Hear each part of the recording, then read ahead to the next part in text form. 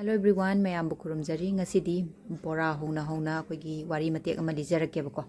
Ado bora se akoigi besan ne, rice flour ne, majira asuba, morok asuba, machu thum, singchanam asuba sigai se hapjarego. Aduga hawdoriba bora sina aloo ne akoigi zucchini pumpkin do. Adugi bora ne, adagi morok bora, khamen bora sigai se hawjarakadoini. Ado mayam hawnaba sem sajarageko. Ado wari su makha tajarage. Ado hawnabagidamagta thau se saraba na yenge na tawbane do smaina satlauna thau sida tawkhalagadi mullabane do ahanbada aloo bora ina thadajarage aloo bora si angang yam pami ko ado kainoni da wari se aingonda aina youtube channel se hangbu matamda aingonda experience khara lairak pai tare adu do ai mayam da share tokjarake tawbane do mayam da su sigi experience leibra haibado comment da phongdok piramo boko sumai toba aigi channel se sahi ama pharakpa kanda kogi 1k se yawebako pharamdai haitare sahi pharamdai da 1k yawre aduga tamtamna sum mayamna nungsibibadagi aigi supporter se sum tamtamna yam khatjare ebako adu yam khatjare e haibo wani du khara lera kanda kogi tamtamna amuk handagiba tamtam handari se kamaina handari no haibada kogi aina soigiba mi yawrebako mi se koina thajadana akoina kai hatare ko blindly trust tawba haibra sisi tawba adu duginebako adu blind trust se ina kamaina tawruge haibada aina mi gi life te changaga life yawraga koina sum mayam sum hainai danu ko life te changaga mayam support tong no khot no adum yabani subscribe logna ba yabani khotni line haibade ge ai su yengrena mi gi life khuding make du changaga sum yengbe se hauramebako adu ga khara lera kanda supporter se sum tam yam e chumebako man haido adu do adum tam nong mangineba adu kaigino hai targa aingonda experience leigrabane sise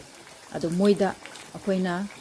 support to view na haraga begging to boga chamana doineba adu amaga support to na ba je du da di dum oidi oine support to na budi oidoine adu tapna mangri jina kamai mangri no da pegi moina support to ra ani aina su moida support to wirani akodi pura straight forward ne ko aduna moina support to e haire subscriber list da moigi maming je yawramani mi ahum mari se adu mi ahum mari je swai long mangthokhreba hapta mai manung da ko adu mangthokri je kamaina mangthokri no habida moina support se tawramme moida di aina mu support tawramina moida di supporter se gain tawgrabane moigi jo amona support la e aduga aigi support gain tawrabane aduga moina amuk kai tari tumina muk mangthokki bai ta swai long mangthokki ba magic tawba gaido aduga yawramdabane mi list sida moi maming jingje ada aina kaino ni moi jibu supporter da list da subscriber list yawramini aduga mu aina check taw kanda mu kamaina magri no se khallebako aduga admai tawra sum yem da moi se aigi kan sidagi list dagi magre unsubscribe to kokki ba haidai admai tawgibagi tapna sum mangthokrebako adu hojik fauda aingonda list da yawramba mi jingje tapna sum mangdhare aise ayamba matamda mangiba mising se ko karai degi phangappa mising no hai taragadi live aina changaga yawruba mising do ayamba no oiba ado sincerely adum support tawna mi khara yawdabadi nate adum yawri adum comment tawnai adum aingonda supporter list adum yam yawri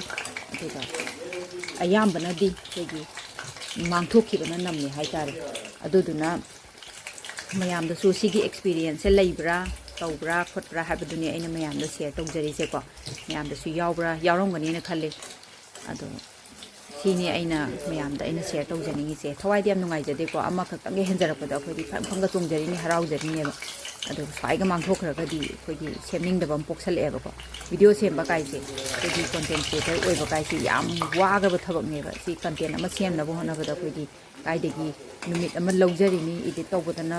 kayam changiba matam kayam changiba duga video namna bo hona badana thau chongdana kutta pokdana kutta soktana tawrine ba si mayam se koina wana tapna hona jaraga si dabu channel si dabu chacharadi semjari ni mayam dabu kitang influence piba ngamagadi haidana ko ado sumaina